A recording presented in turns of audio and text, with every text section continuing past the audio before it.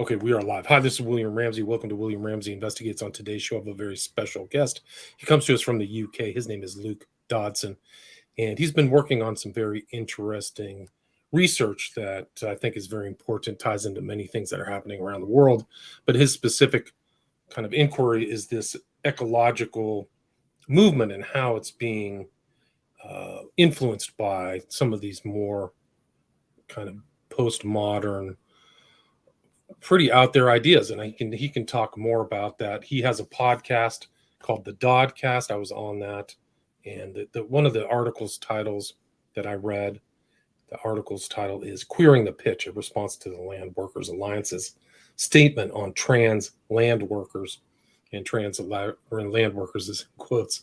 And then another article he read is "Android Wolves: Electric Sheep Play on Philip K. Dick. Eco-modernism and the Rise of the Green Technocracy." So he talks about the green technocracy, but he can talk more about that. So Luke Dodson, welcome to the show. Thank you very much. It's an honor to be here. Excellent. So for people who may not have heard your name or your work, I know that your family background, we talked in the pre-show, you have kind of grown up in the ecological idea movements, maybe left wing. Can you talk about your background and kind of what led you up to write these particular articles about this green technocracy? Yeah, so going right back to the beginning, my parents are academics and had been involved in various sorts of activist campaigns from the 70s through the 80s and 90s, and to some extent into the 2000s as well. So I was definitely exposed to a lot of fairly radical political ideas and movements. I was being taken to climate change demos and reclaim the streets kind of demos in the sort of late 90s, early 2000s. And this radicalism also goes back into my sort of ancestry as well, as I was saying in our pre-show chat, that my great-grandfather was a writer called J.B. Priestley, who's very prominent left-wing campaigner, was involved in the Labour Party here in Britain, campaigned for nuclear disarmament, but also was a fellow traveller to a lot of members of the Fabian Society that I'm sure many listeners of this show will be very familiar with, like Aldous and Julian Huxley and various characters like that. And this is, an overlap I have with Jason Horsley. Our ancestors, our mutual ancestors, knew each other and were collaborating on the same sorts of campaigns. So I've done tons of shows with Jason Horsley. I'm at like 5 or 6, so we've talked about all of his books. I've been on his podcast as well.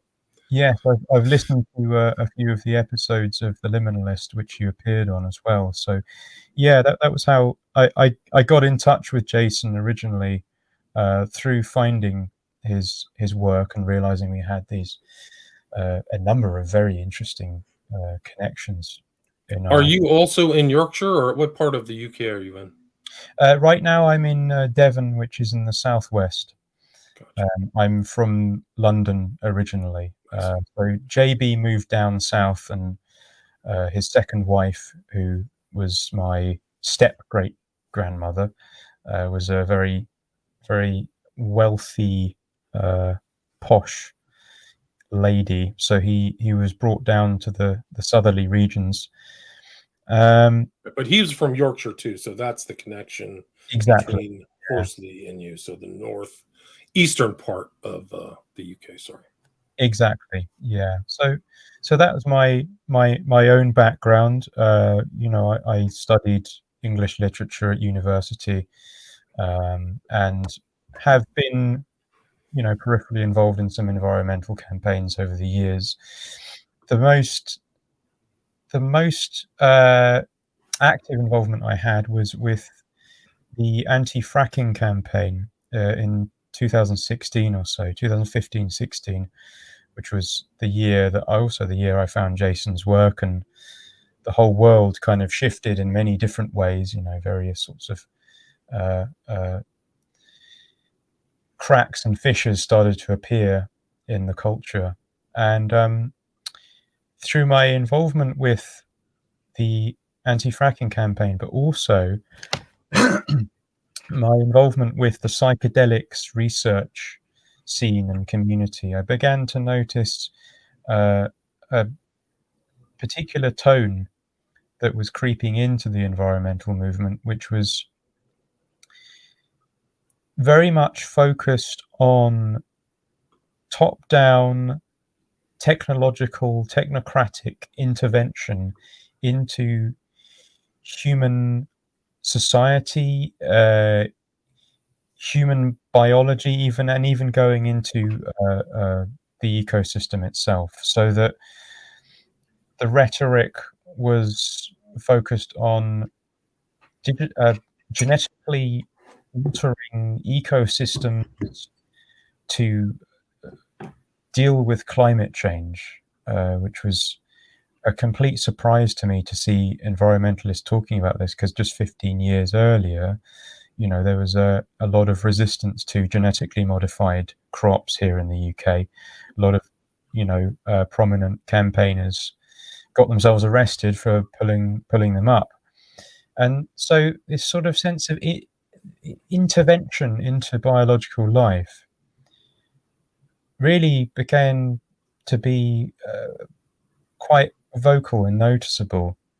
And that's kind of, sorry to interrupt, but that's kind of a change, because the old ecological movement was to go back to the state of kind of a closer state of nature, not modify it, right? So that's kind of like, we got to save this land to its primeval state. So this new thing is like, hey, we're going to upgrade this with our technological skills to what we think is the new idea. Would you agree with that? Absolutely, yeah. So upgrade is the right word, sort of nature 2.0, you could say. We've got our technological ingenuity, and I was a bit alarmed by this. This was quite a sudden jolt. I mean, you'd always had a bit of that idea that technology would save us all, and that we could just sort of harness the weather and all that sort of thing. But from that, and in particular, the Joker 71's just mentioning the New Green Deal, and this was something that was coming up around then as well, with the rise of Extinction Rebellion. So I just, what happened was I saw this sort of eco-modernist stuff, and I kind of footnoted it. I just said that's something to pay attention to, but I'm focused on other things for now. When Extinction Rebellion started, and Greta Thunberg and all of these the climate campaigns, I started to look a bit deeper, and this was also around the time I was discovering the work of people like James Howard Kunstler and John Michael Greer, who were talking about the issues facing industrial civilization in quite a nuanced way. And you've had both of them on your podcast, so people can check that out through your website, right? Yes, exactly. Yes, thanks. So the Extinction Rebellion campaign really started to send off some alarm bells for me, and particularly the way that it affected so many friends of mine, some of whom have since disowned me over the fundamental differences of opinion that emerged in the 2020s. The rise of XR seemed to enrapture so many people. It brought a sense of panic, a sense of urgency. It was highly alarmist in the way that climate change campaigns back in the early 2000s weren't so alarmist, and in fact the sorts of predictions that climate campaigners were making back in, say, 2001, most of them hadn't come to pass by 2018, 2019. Can you just describe what Extinction Rebellion really was, what their ideas were, what their kind of, who founded it. Yes. So XR, or Extinction Rebellion, XR is sort of the short form, is a really fascinating case study that got me back into writing and blogging and really researching this stuff properly, because it was a really, really fantastic sort of anchor on which to hold and sort of push into something else, because it was so, something about it was nagging me that something wasn't right.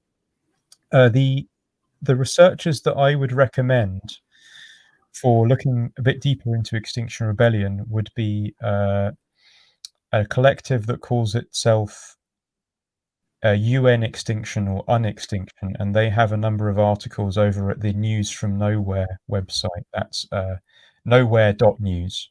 That's the hyperlink.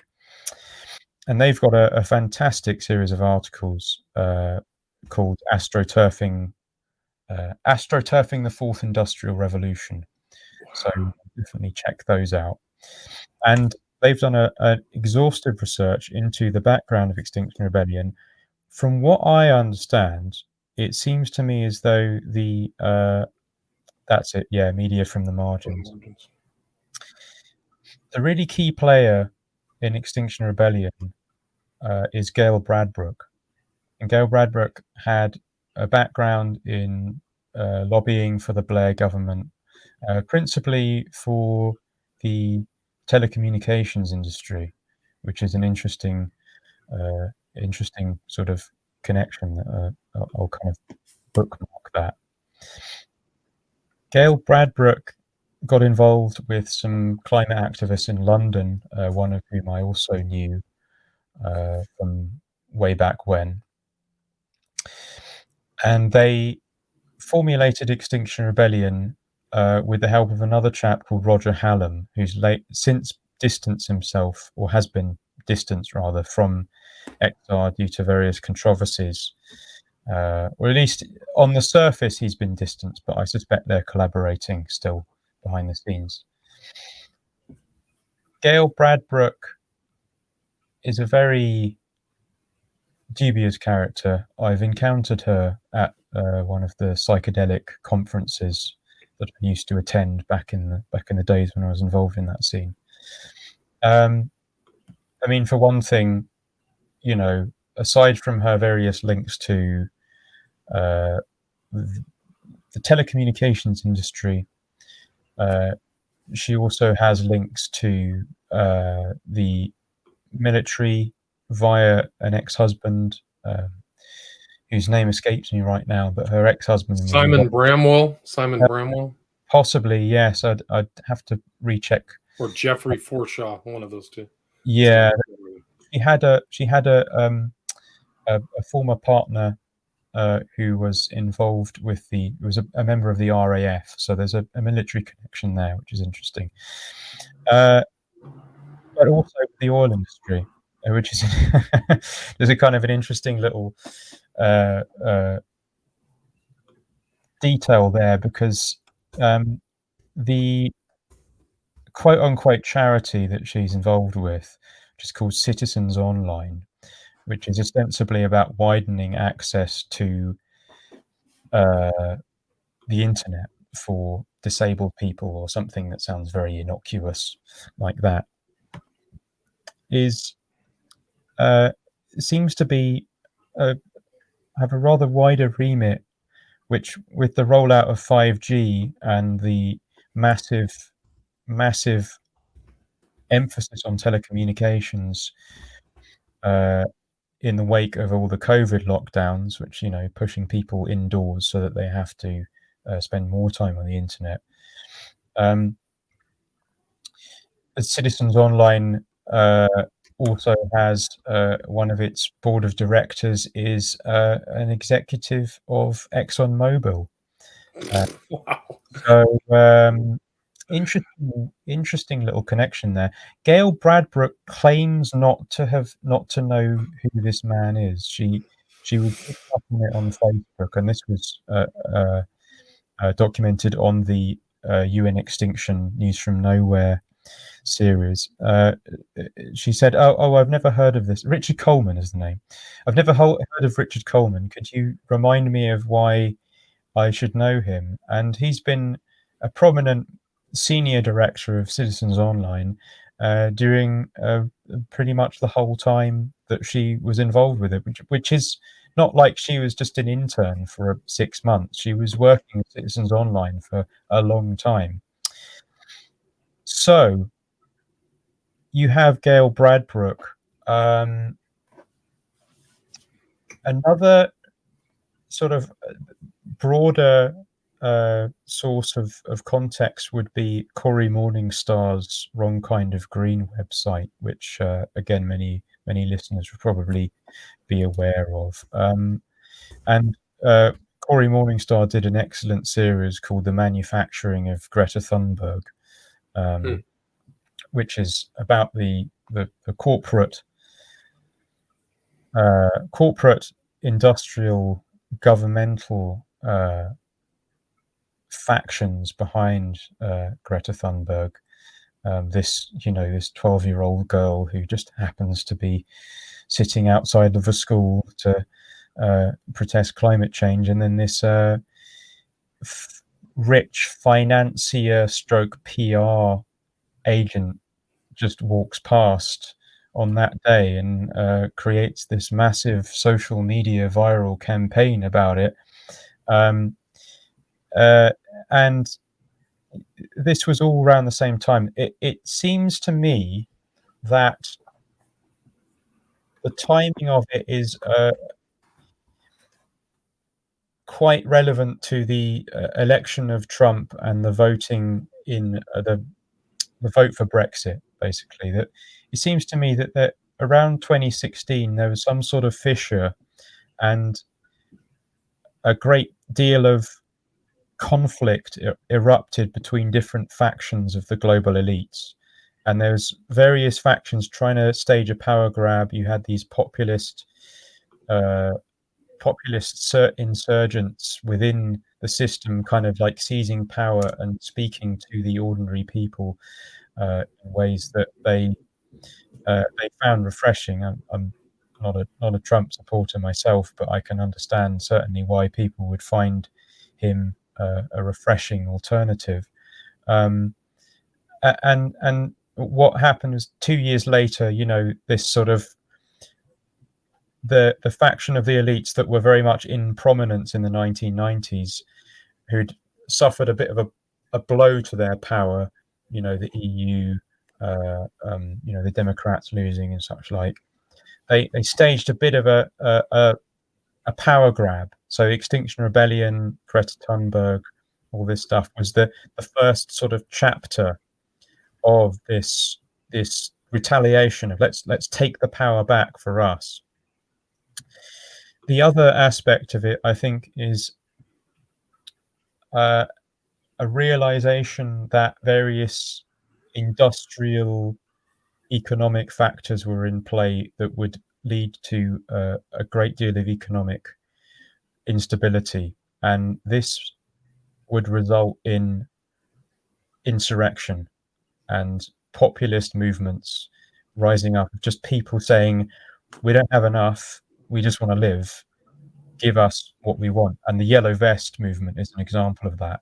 Just people, I'm sure there were hidden factions behind that as well, but it seemed to me that the Yellow Vest movement was predominantly just people kind of saying something's wrong, we can't afford to live, we need to kick back. And that this was around the same time as the Extinction Rebellion movements, which were basically saying tax us more heavily and reduce our standard of living because climate change is going to kill everyone in 5 seconds. So you get this you get a kind of multi-pronged attack on people's quality of life in the form of these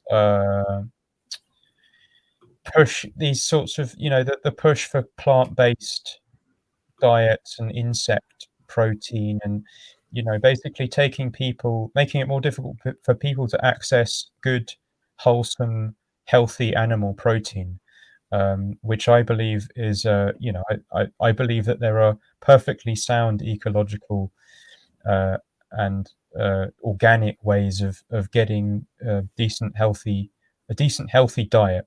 I don't think we need to eat bugs. I don't believe that we need to eat fermented bacterial soy. If people wish to be vegan themselves, that's absolutely fine with me. I have no issues with people's personal dietary choices, but I certainly don't believe that it should be forced on people, and I certainly don't believe that the misinformation that this is intrinsically a better diet for the environment. So Animal Rebellion is a sort of offshoot of Extinction Rebellion at the moment, which is their particular form of activism is they go to supermarkets and they pour out milk onto the floor, which is one of these incredibly divisive and flagrant displays of privilege, in my opinion.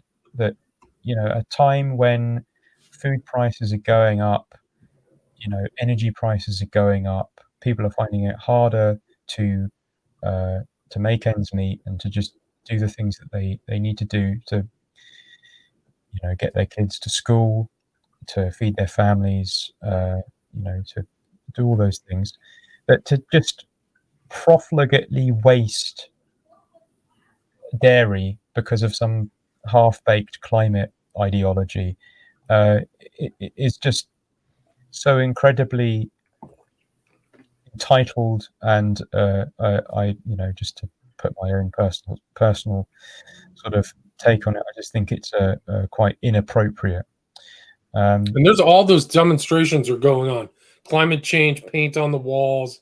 There's all kinds of activists, just like you said, this milk pouring out. They're just all over the place now, at least on the media. So yeah, this whole notion of the this kind of new version of the eco activist or eco culture jammer is very pronounced there. I think so. Yes, absolutely. And the paint thrown on Van Gogh's sunflowers. Right. This was something I was just reading on Greer's blog. Actually, he pointed out that mass-minded people can't stand great art because great art elevates the consciousness, and it does seem that there's a certain opposition to a sense of beauty, harmony, a sort of an opposition to a sense of the sacred and of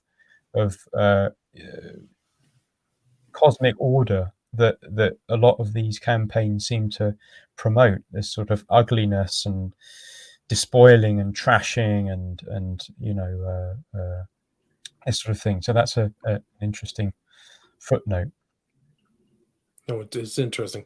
I find that a lot in the kind of communistic worldview too, is this striving for kind of this fairness and equality. You can't have something outstanding. You have to cut off uniqueness to ensure this kind of conformist ideology and behavior. I think that's precisely.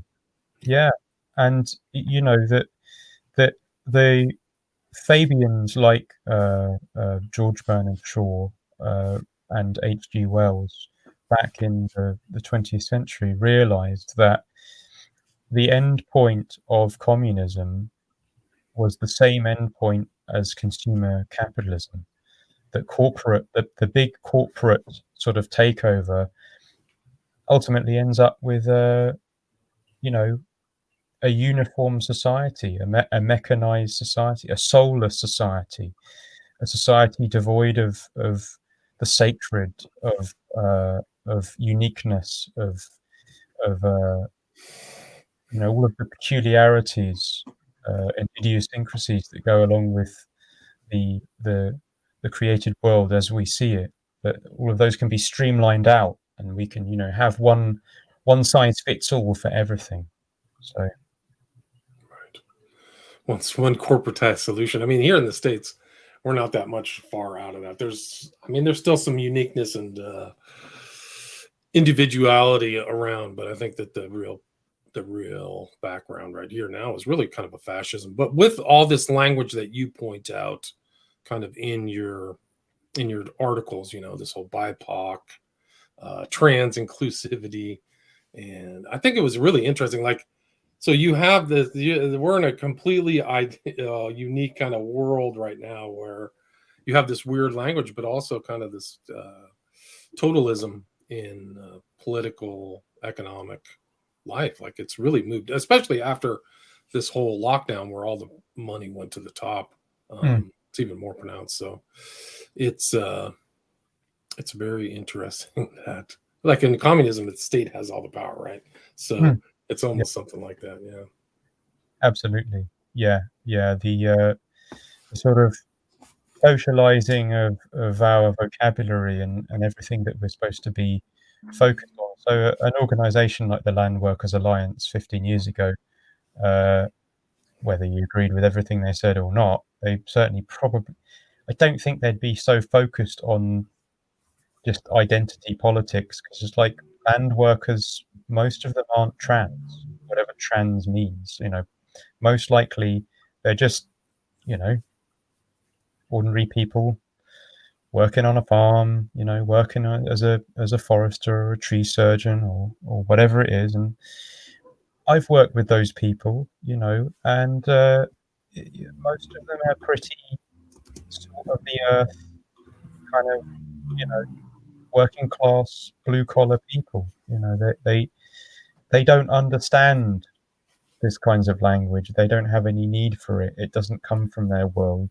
In fact, I don't believe that anyone understands the kind of language that this trans ideology is promoting. I think that that's the point of it.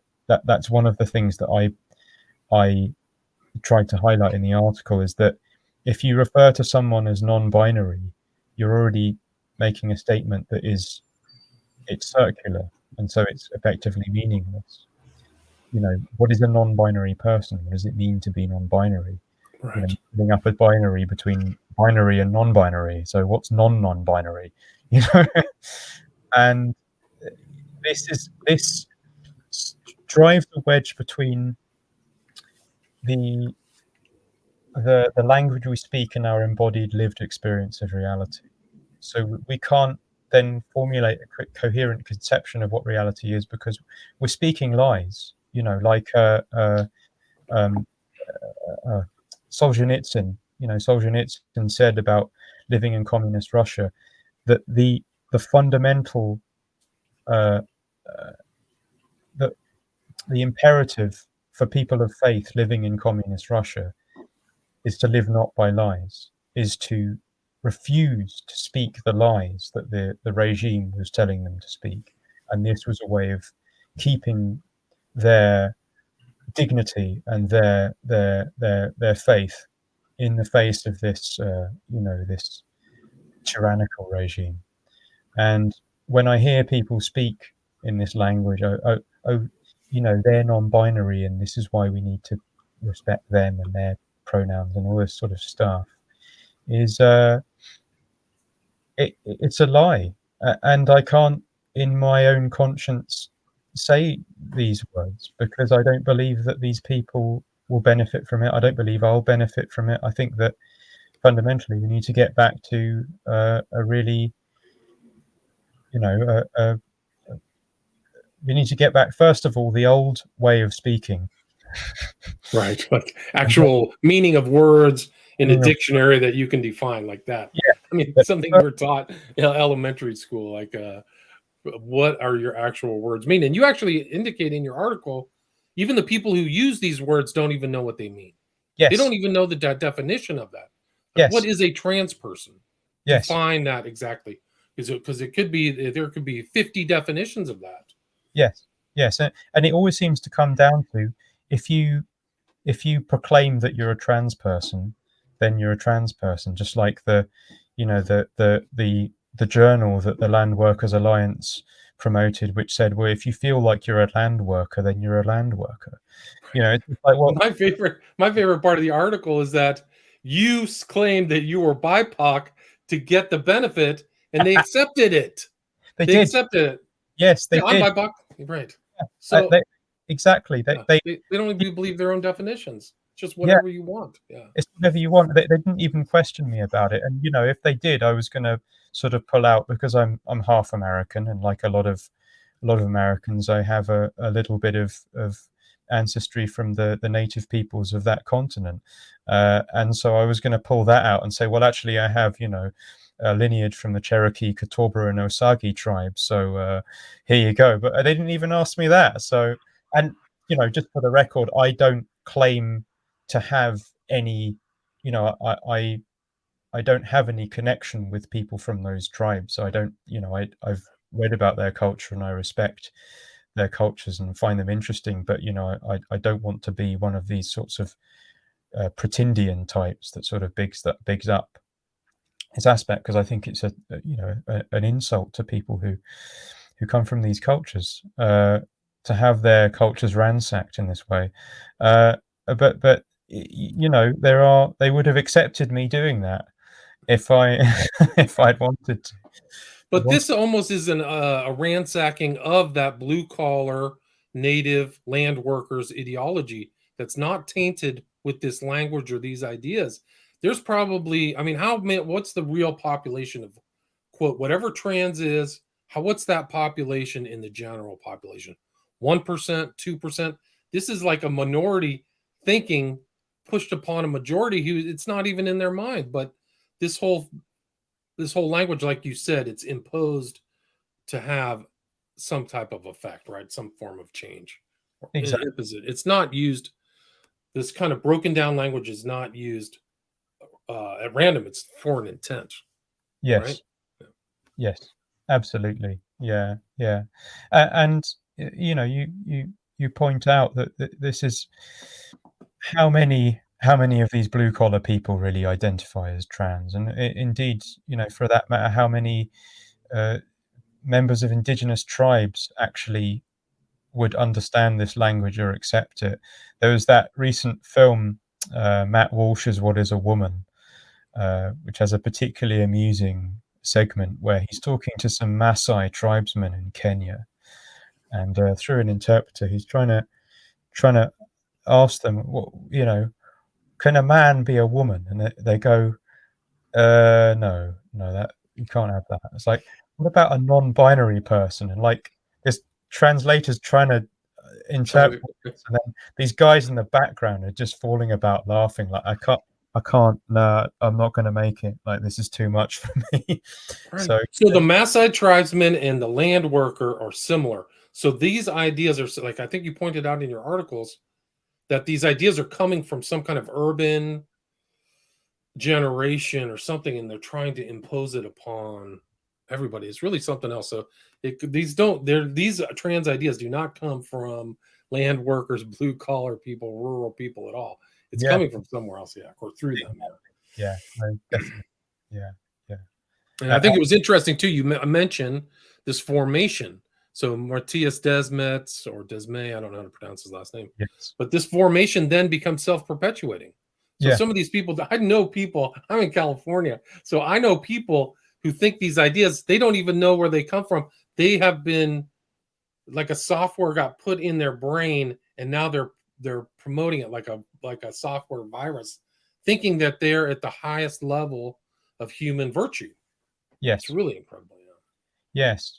And, this sort of going back to the climate activists and that sort of thing, that I think that this has happened with the climate movement as well, that a lot of these actions, my dad asked me, do you think that this Van Gogh vandalism was directed from top down somewhere? And it could well have done, but it also could easily have been just that all they have to do is set the ball rolling, and some naive young people who are suffering from just a spiritual malaise, I'd put it, a lack of meaning in their lives. That they are looking for a sense of hope, a sense of purpose, and they find something that resembles it in this climate movement, and they just roll with that. And the the controllers or whatever can just go, oh well, that's brilliant. Having said that, I also do think that there are orders from top down to not prevent this sort of thing, because let's just imagine if some anti-lockdown protesters had done something like this. First of all, it wouldn't be on the front page news. They'd try and hush it up as quickly as they possibly could. If they couldn't hush it up, they would demonize, and they would send in the troops to sort of sort it out. But of course, anti-lockdown protesters wouldn't do something like that, because the anti-lockdown protesters were just saying, we just want the right to hang out with each other and hug each other like normal human beings. So we don't feel the need to desecrate classic works of art for our cause. But yes. No, it is remarkable. There's something going on. So this is like the Greta Thunberg formation. I don't know if they're psychotic, but it's some type of psychological operation that has these things. This is the new postmodern religion, I think. If you don't have Christianity or Buddhism or something, this new kind of climate change ideology is it. So it's interesting, like all these guys out on the streets and protesting. And I mean, we can get into the whole carbon issue, but the carbon cycle is a real thing. So this additional carbon, man-made anthropogenic climate change is actually, when you really look at it, it's actually kind of funny. Do you believe, are you a climate? I mean, I don't even use the word climate change. It's not, because climate change has always happened on Earth since its inception, or however the ball started spinning around the sun. But that's why, I mean, you can't, that's another element of language, the move of language into a term that really doesn't mean anything, kind of like conspiracy theorist, where the climate change has always changed. So are you against climate change? You're against reality. You're using a term that is like, water boiled turns into steam or something. That's just what happens. Climate change is there. The sun goes around, it goes down, it gets dark and cold, and then it gets hot again. I mean, just the fact that they're using that term is just going back to the language again, which just like Orwell, they have to corrupt the language, right? Just to get people together. Exactly. Yeah. I mean, for myself, I'm an agnostic. I don't know. Basically, I don't know I suspect that probably everything has some kind of impact on the climate, because the climate's always changing anyway. So to single out singling out carbon, whether carbon emissions are changing the climate or not, for me is like, that's another debate. I think that I'm happy for people to discuss that, and I kind of lean slightly skeptical to. I think that I doubt it's changing the climate as much as is being claimed at the moment, but I'm open-minded. But for me, it's what I find really interesting is the way that if you focus on carbon, you focus on these isolated gases, you can basically stop talking about pollution, which is what the environmental movement was originally focused on. And you can actually come up with ways to offset your carbon footprint by funding a tree planting campaign over here, or putting up a carbon capture facility over there, or all of these sorts of various methods, some of which might work better than others. Planting trees, depending on where and what type, might, at least can't hurt, probably. Other technologies just obviously actually don't work at all. Carbon capture and storage actually increases the carbon emissions. So, but it means that a company can sort of put this label on their product and say it's carbon neutral. It's carbon neutral, so it's environmentally friendly, so it's good, so it's all just it's all puff and drama and marketing and PR, and so yeah. Right. But it's that whole strange language that people are having to absorb.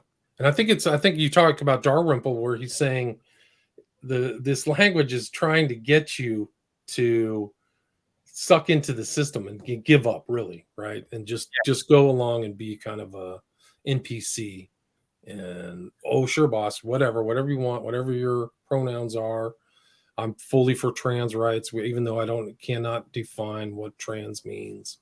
But it actually leads to real world events, because you mentioned a couple of characters. Somebody who I didn't know was this guy, Martine Rothblatt, and some other ones, Sophie Pritchard. They're actually wealthy people who are trying to institute these ideas or expand these ideas within the common culture, right? Yes. Can you talk about them? Yes. So Martine Rothblatt is a billionaire CEO of various sorts of, Silicon Valley type tech companies. And she is a transgendered person. She was a he. She was a he until 40, yeah, right? So Rothblatt has been quite open about transgenderism being a Trojan horse for transhumanism. That this is, or a gateway rather, not because it's once it's out in the open, you're talking about. It's not a Trojan horse anymore. It's just the first step. So the idea is that you get people to the unmooring of gender identity from the physical body, which Jennifer Bilek has talked about that. And then, from there, the next step is the unmooring of the human identity from the physical body, and then you can just start to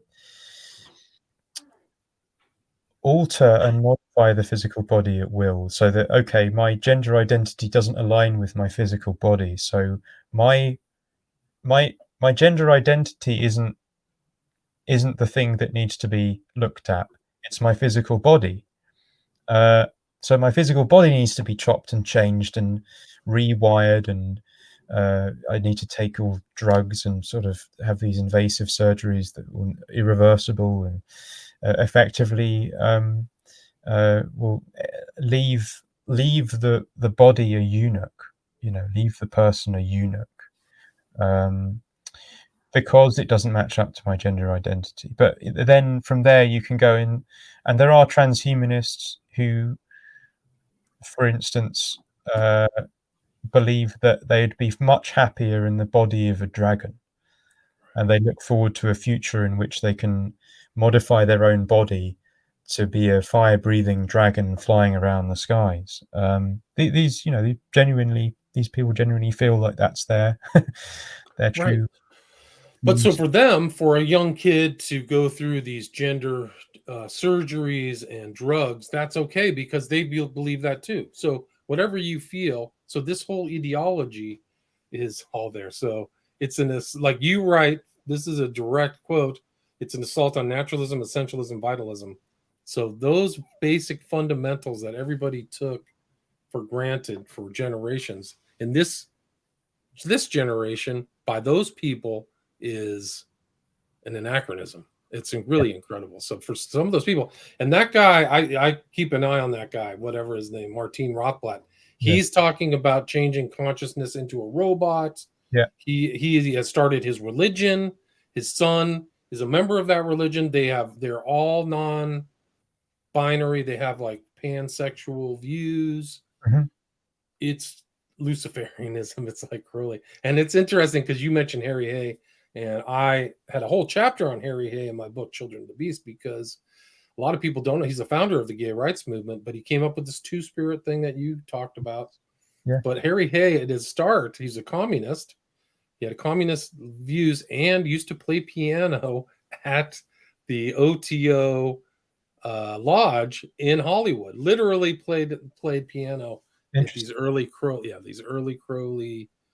meetings. So he was, and actually the gay rights movement there are little traces of this Crowleyan view, because Crowley had this non-binary view. They didn't have those terms back then, but he would be like pansexual. I think Crowley would be seen as a pansexual. Yes. And then his followers too, and you can talk about Genesis P-Ords and some of these other characters who are doing the same thing. Genesis P-Ords, Crowley follower. I think he was really one of the first body modification, I guess you could call it, per people out there. So it is interesting how these are overlapping, and I would like to see. I don't know Rothblatt's religion, but I'd like to see how close it is to the kind of Crowleyan Thelemite stream. Be interesting. And Hay, through Hay, it's incredible. So Hay, even I think in one of his later things, he's quoting Crowley, and I concluded that in my book. So I wasn't aware of that. It's really interesting, but not at all surprising, because as you say, Crowley had this kind of, pansexual kind of sexual liberation ethos of, anything goes, and that's been hugely influential, hugely popular, and we're starting to see the consequences of when you unleash that kind of ideology on a society at large, and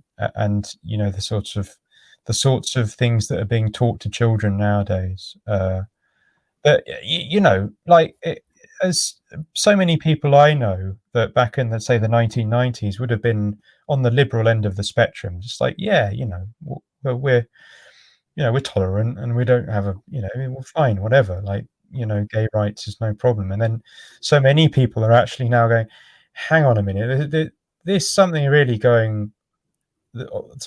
odd going on here. And indeed, a lot of people within the gay community itself are also saying, hold on a minute, this is gays against groomers who've had their social media platforms sort of compromised and such, like PayPal, I think, and they're allowing, this is the same platforms are allowing openly paedophile advocacy groups to retain their accounts, but gays against groomers, which seems to me like a perfectly wholesome campaign, group of people in the lesbian and gay community, bisexual community, whatever, saying, well, actually, we don't really want this agenda being pushed on children because it's not appropriate. And they're the bigots. Right. Strange days. I mean, very strange. Like there's all kinds of like pedophilia stuff on Twitter, is my understanding, that they don't even get rid of it. And it's really crazy. It's just a crazy world. And it's interesting how you talk about how the land workers, like, they're much more concerned about this whole terminology and trans rights than the actual global assault upon land rights in the world, right? So we've seen Sri Lanka, ongoing in the Netherlands, Australia, just everywhere. There's a total WEF assault upon these blue collar people doing their jobs, and they're overlooking it for this kind of woke ideology. It's really astonishing. Yeah. Yes, it really is. You're absolutely right that they are completely overlooking, one of the most important kind of land workers movements of today. And another statement that the LWA issued was a statement in support of migrant land workers, which I think is really interesting, because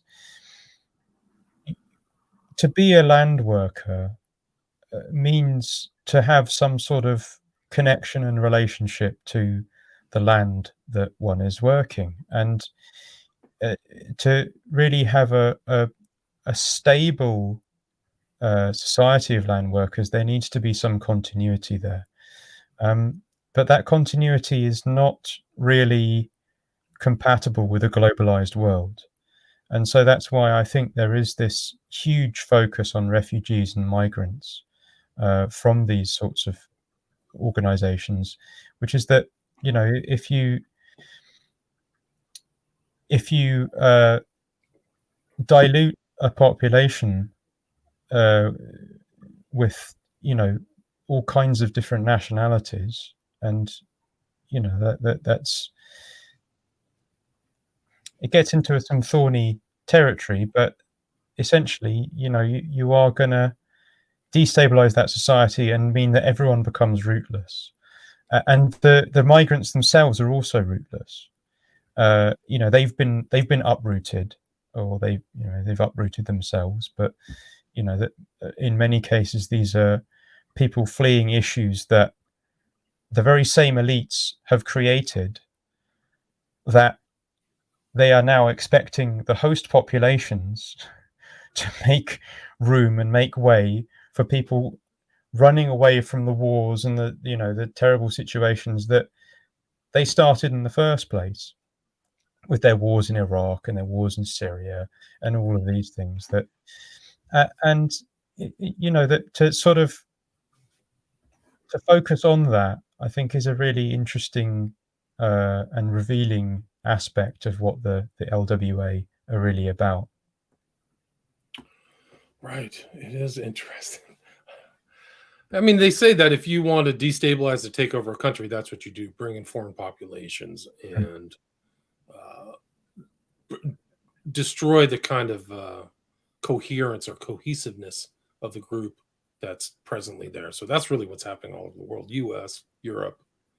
I don't know if it's not happening anywhere, really. They're moving. It's happening in the first world, I would say. Yeah. Except for really Japan doesn't seem to really have that view that they really want to take in people or refugees. They don't seem to have the refugee problem.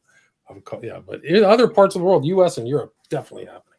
And the consequences are going to be immense over the next 50, 100 years too. Oh, especially when you bring in refugees to a place that's hurting. Like the collapse is going to happen within the next 5 years. It's collapsing now. Imagine what happens with these refugees in a collapsed economy. Oh yeah, it's just going to. I mean, here in California, something that I've never seen is now almost every store has security, because there's people here who came here either illegally or illegal immigrants, and they're just stealing stuff out of these stores left and right. There's like people getting busted for shoplifting all the time.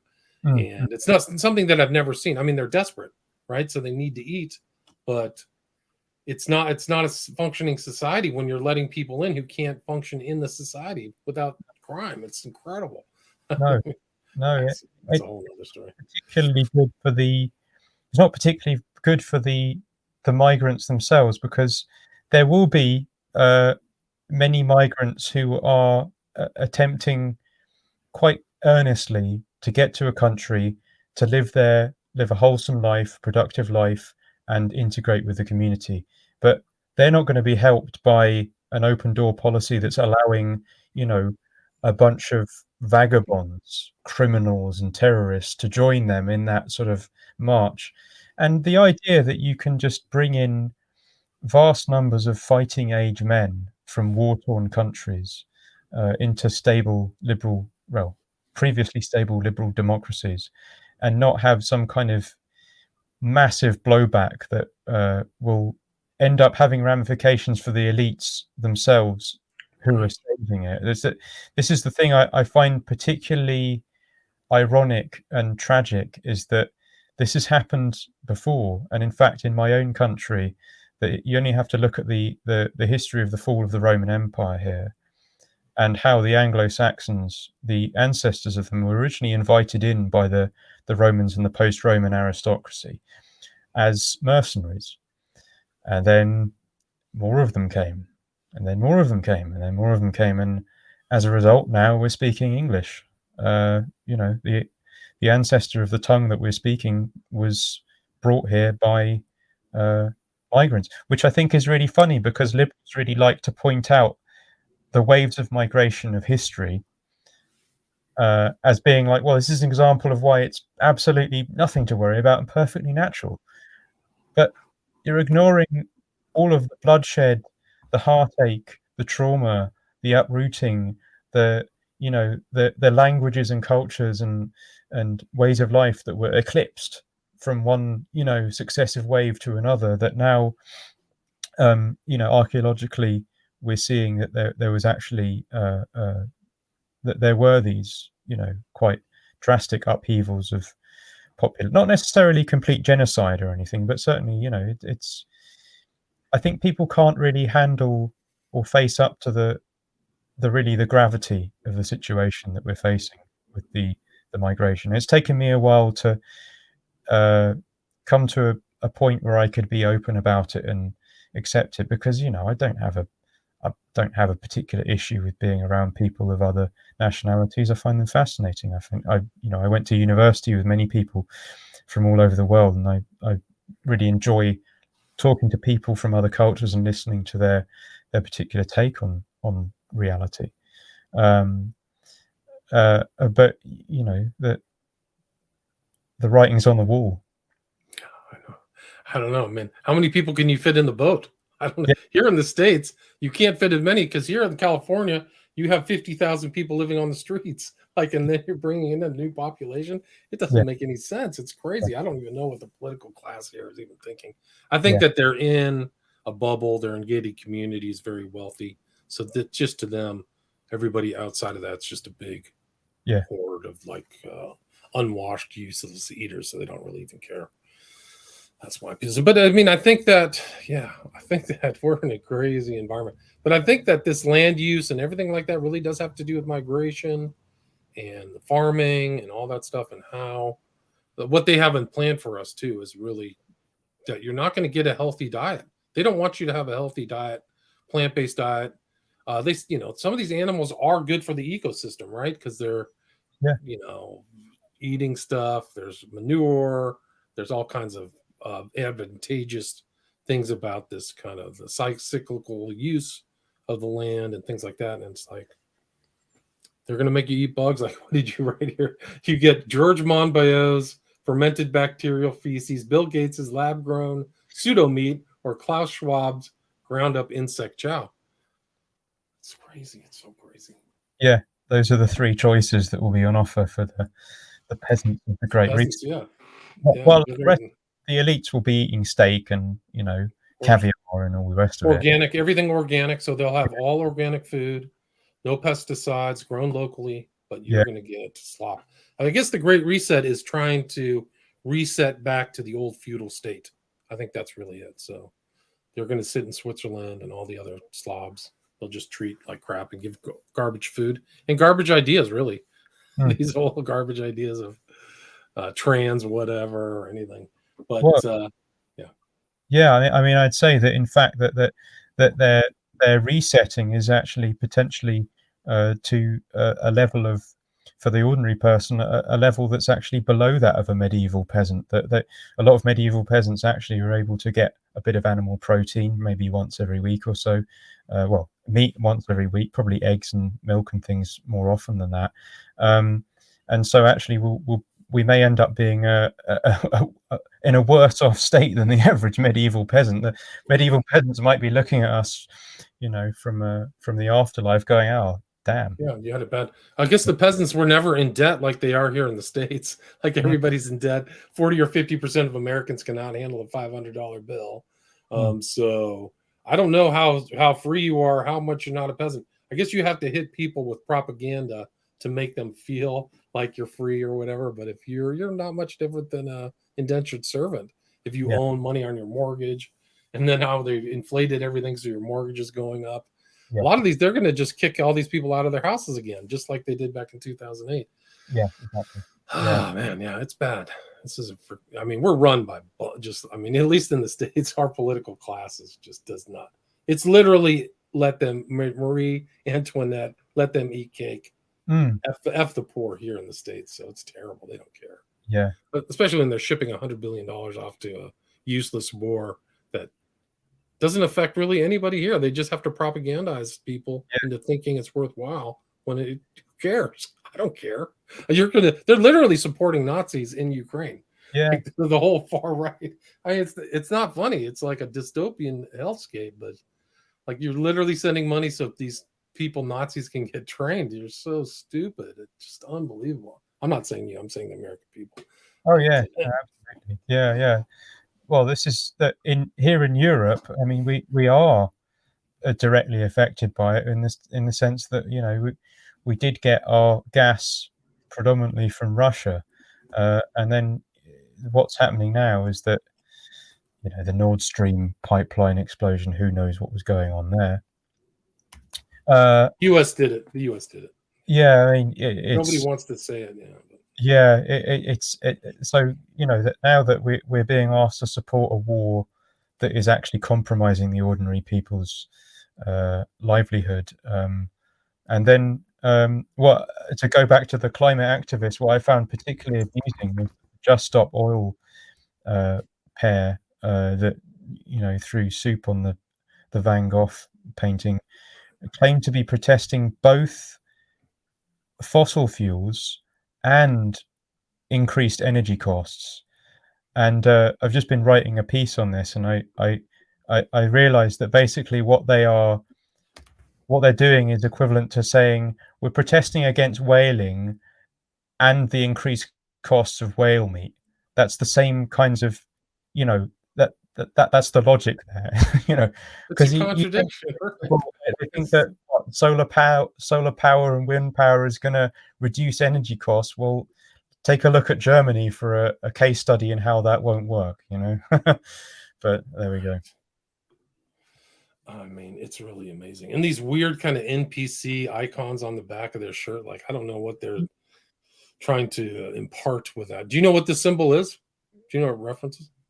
I have no idea. It looks like a light bulb, a cross between a light bulb and one of the Borg from Star Trek, but with a kind of got an NPC vibe, as you point out. Yeah, me too. Yeah, and a sort of kind of like a skull, but everything's very sort of morbid, and it's very much a death cult. This climate cult, it's seems to be really speak to a sense of nihilism and despair that I think is very sad.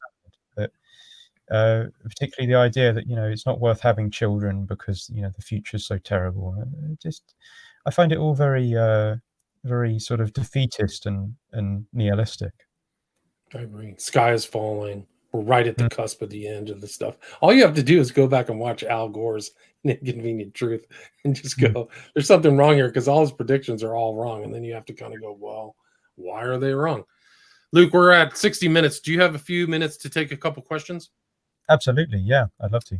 Joker asks, what are your thoughts on Jeremy Hunt and Liz Truss and the budget issues? This is something I have to say I've been only peripherally observing the clown show that is the British government at the moment. I am aware that Liz Truss has been booed out of the press conference she gave, where she was asked to apologise. Jeremy Hunt seems to be in a position to sort of take over, but it's just something I haven't really been paying much attention to, because the British government seems to be completely chronically incapable of doing anything worthwhile or making any sense. So I just sort of I dip my head in here and there. So I have to mostly plead ignorance on that, I'm afraid. Yorkshire Rose asks, does Luke have any answers to thwart this?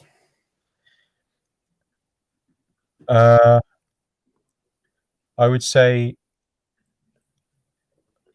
grow vegetables in your garden if you can. Work on insulating your house. Think about that. Think about ways you can save money and save costs. Think about skills that you might have that are tradable or commodities, and make good connections with your community. Love your family, love your friends, be there for them when they need you.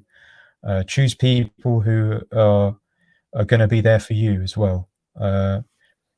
Thwart this by filling your own world with everything that is wholesome and right and good and stable and strong. Stand with your own convictions, stand with your own faith, whatever faith that may be, and thwart it through bringing the truth and bringing the the light of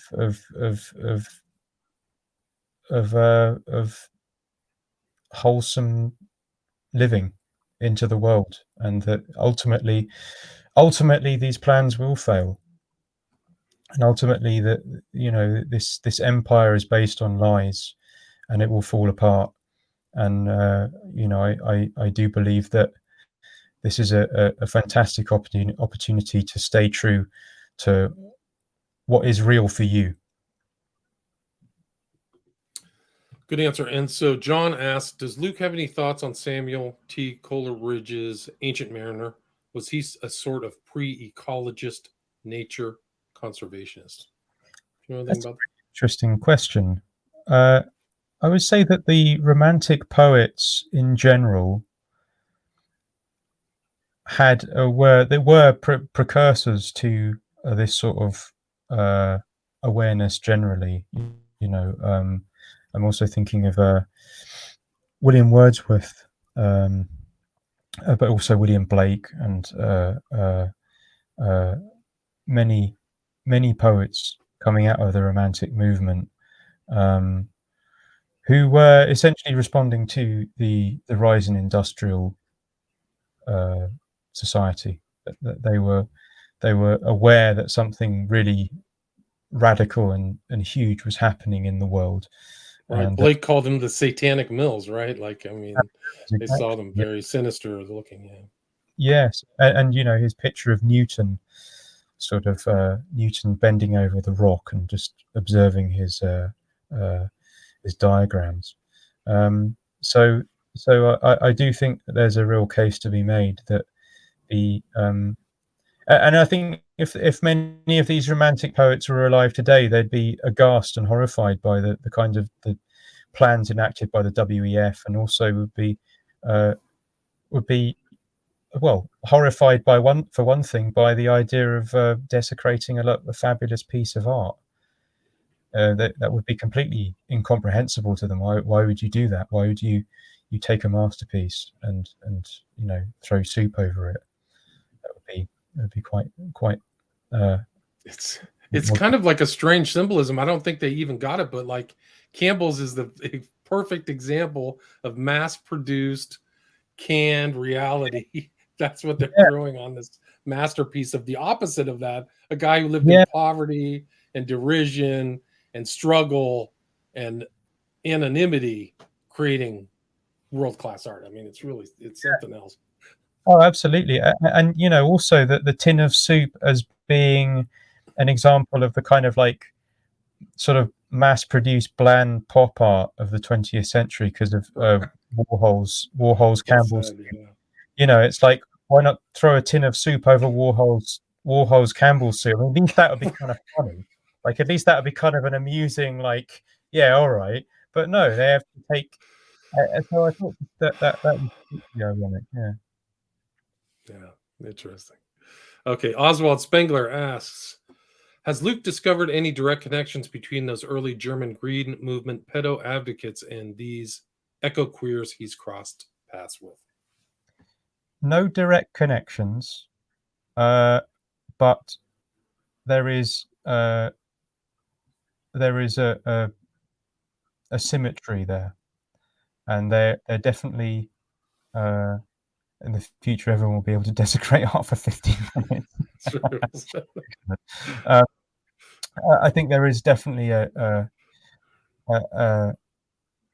overlap in ideology and a fundamental a particular form of progressivism that you take. I mean, we've Oswald Spengler has joined us in the chat, so a great honor to have Mr. Spengler. But resurrected ideas about Faustian civilization. That Faustian civilization just seems to take everything to the extreme. So the idea, you get an idea of progress, and you just take it to its absolute. You just keep going and keep going, and you erase all boundaries. And I saw a tote bag worn by a young sort of art student type woman in Canterbury in the UK once, which was a big student town. and it said no borders, no binaries, and that was the slogan. And I thought that this was just such a revealing statement of no borders and no binaries. I wanted to ask her actually if she used a computer, because of course if you don't have binaries, then you can't really use computer technology, which is based on binary code. So might be a bit non-binary code. Yeah, ones and zeros. That's it. That's the foundation. That was what was the guy who did the Enigma? What was his name? That was really his gift to mathematics and computers. Was he said all decision making can be distilled down to a 1 and a 0. Yeah, Turing. Was it Turing? Turing, yeah, Alan. Yeah. I spoke to I think it was his nephew, Dermot Turing. He wrote a book about him, XYZ. Really good. Interesting. You can go back. I should put it in the show notes. Maybe you can listen to it. I find it pretty interesting. Alan Turing was amazing. Guy was a full genius.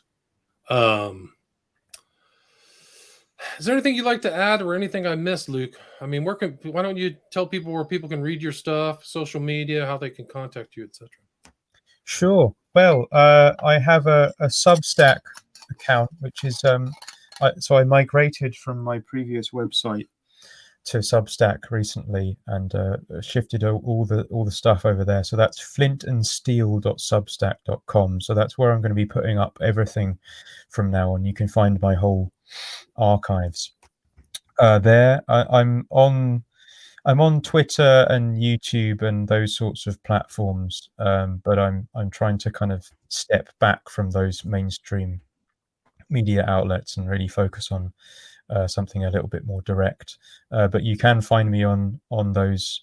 You can find all my podcasts on YouTube and also on Rumble as well. That I'm backing everything up on Rumble, which is a much better platform than YouTube, who've already removed 2 of my videos. So I suspect that my days on YouTube are numbered anyway.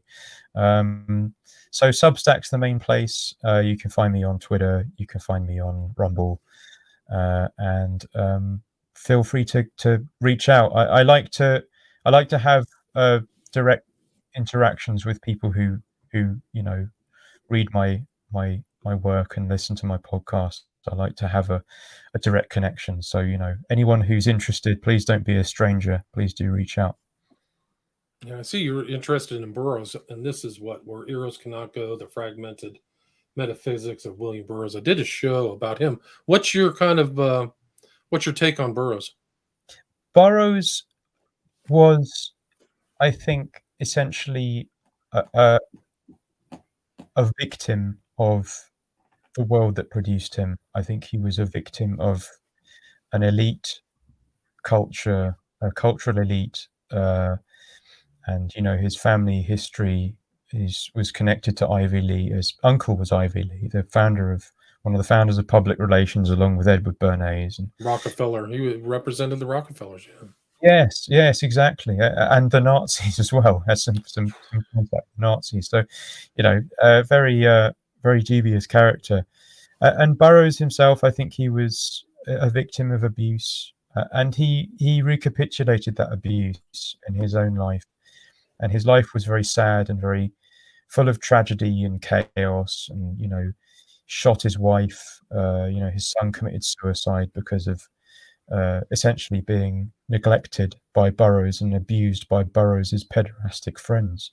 And so, I think Burroughs's writing is very, is a mixed bag between very interesting, sometimes very entertaining, so often absolutely disgusting, but really reflects the complexities of his own character, who is a tormented man, really trying to work with his trauma in all the wrong ways. Right, more drugs, more, Yeah. Crazy. Luke, great to talk with you. Thanks so much for sharing all your knowledge about this kind of echo movement and its infiltration. I think everything's just going to be infiltrated, right?